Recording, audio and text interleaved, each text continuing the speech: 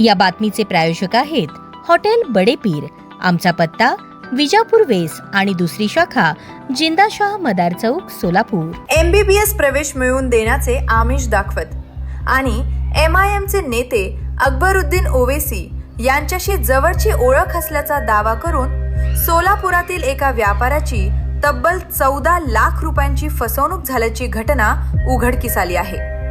या प्रकरणी gel road police ठाण्यात हैदराबाद येथील आरोपी विरुद्ध फसवणुकीचा गुन्हा दाखल करण्यात आला आहे।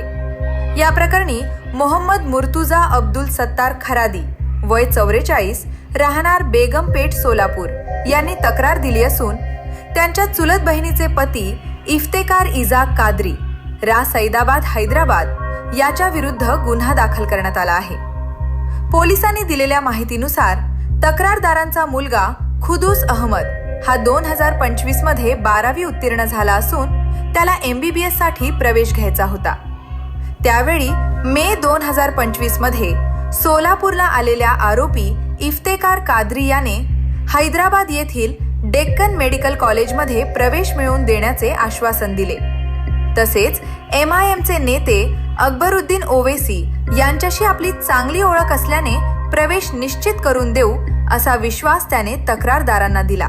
प्रवेशासाठी सुमारे 70 लाख रुपये खर्च येईल असे सांगून आरोपीने सुरुवातीला आगाऊ रकमेची मागणी केली। नातेवाईक असल्यामुळे तक्रारदारांनी त्याच्यावर विश्वास ठेवून वेळोवेळी रोख व बँक व्यवहाराद्वारे एकूण सुमारे 14 लाख रुपये दिले। मात्र प्रवेश मिळवून न देता आरोपीने टाळाटाळ सुरू केली।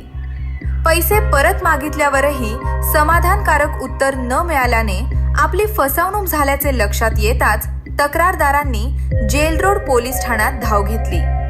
या प्रकरणी पोलिसांनी आरोपी इफ्तेकार इसाक कादरी याच्या विरुद्ध फसवणुकीचा गुन्हा दाखल केला असून पुढील तपास सुरू आहे।